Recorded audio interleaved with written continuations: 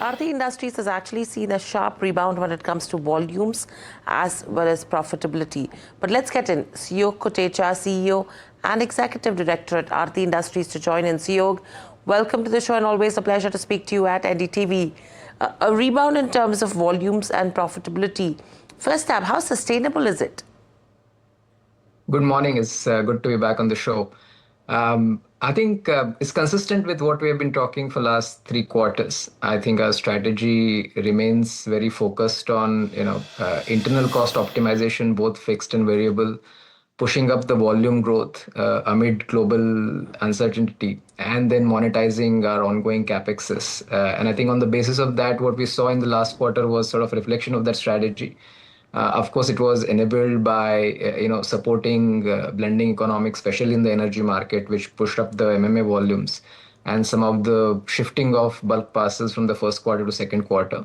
But in general, I think what we saw in terms of volume growth in the second quarter, given the end market dynamic, we feel we should be able to continue on that trajectory for the coming quarters as well. Okay. And when it comes to margins, now somewhere they've remained under pressure for several categories. So when are you expecting normalization to come in, especially when it comes to agrochemicals as well as the fluorination chains? I think the margin story is a bit of a long-term story. We don't feel there will be a fundamental shift in the market dynamics from a margin point of view in immediate few quarters. I think it's a couple of years kind of a story before the global demand supply rebalances. But I think what's important is with the efforts that we're putting on the cost side and with the operating leverage coming through volume upside, I think we will see a steady recovery in the margins as well. Okay. So that's with regards to margins, which becomes a long-term strategy. Now, an interesting commentary that I read when it comes to US tariffs in your earnings as well.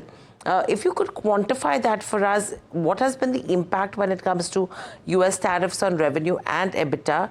And what is the kind of timeline and expected outcome that you're seeing for the negotiations that have been mentioned for the US strategy?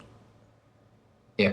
So, frankly, difficult to quantify. I think that there have been so many moving pieces in US tariffs where the strategy on both countries' side has also evolved pretty dynamically. And I don't think we have seen the final story yet, right? So I think the situation continues to remain sort of evolving. As if I look at a steady state exposure of, a couple of quarters back before everything started, we had roughly 17% odd revenues coming from US. And that has seen sort of ups and downs in the last 2 quarters. I think what we have adopted as a strategy is to still retain customers while renegotiating to ensure that the tariff impact is absorbed by the both sides. I think so far we have been able to hold on to our customers. Of course, everyone is waiting for the final India-US trade deal to settle, and post that we can talk about sort of where we will land with respect to China when it comes to our US strategy going forward. Okay, so any specific impact that you're seeing when it comes to dyes, polymers, and PDA product volumes? Where is it higher? So polymers and dyes and pigments are the most impacted segment right now, where you can also see in our capacity utilization quarter on quarter, you will see sort of drop in those volumes. As we speak, we continue to remain in conversations with customers for next year's contract. Usually by this time, the contracts are settled. But this time, as you can see, these are taking longer because people are still waiting for final outcome on US-India trade deal. Okay. And any progress that you're seeing on the India-US trade tensions or discussions that could ease the pressure? I mean, any signals as you, as a corporate that you are getting when you talk to your clients as well?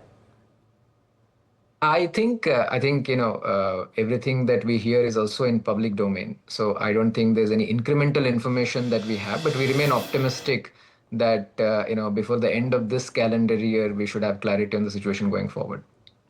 Okay, so that's when it comes to US. Now, somewhere you will have to make up for the lost volumes or lost business in the US as well. So the expansion when it comes to Europe, Middle East and Africa, how is that performance looking like?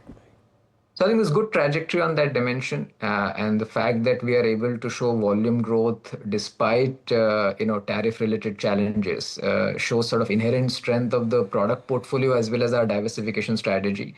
I think so. I think the overall approach of maintaining the volumes and sort of operating in very agile manner to ensure that even though if there might be certain compromise